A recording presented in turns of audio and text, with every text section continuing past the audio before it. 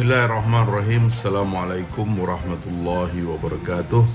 Saya Fahri Hamzah mengucapkan selamat ulang tahun yang ke-21 Forkabi, Forum Komunikasi Anak Betawi.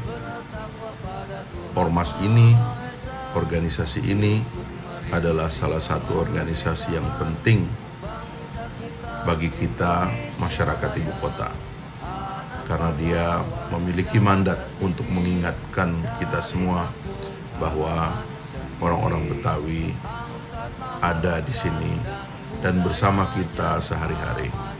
Mudah-mudahan semangat ini membuat ibu kota tambah baik, tambah rukun, dan nyaman bagi kita semua. Dan Forkabi dalam hal ini menjadi penjaga yang terus-menerus maju dan jaya di masa yang akan datang. Sekali lagi selamat. Assalamualaikum warahmatullahi wabarakatuh.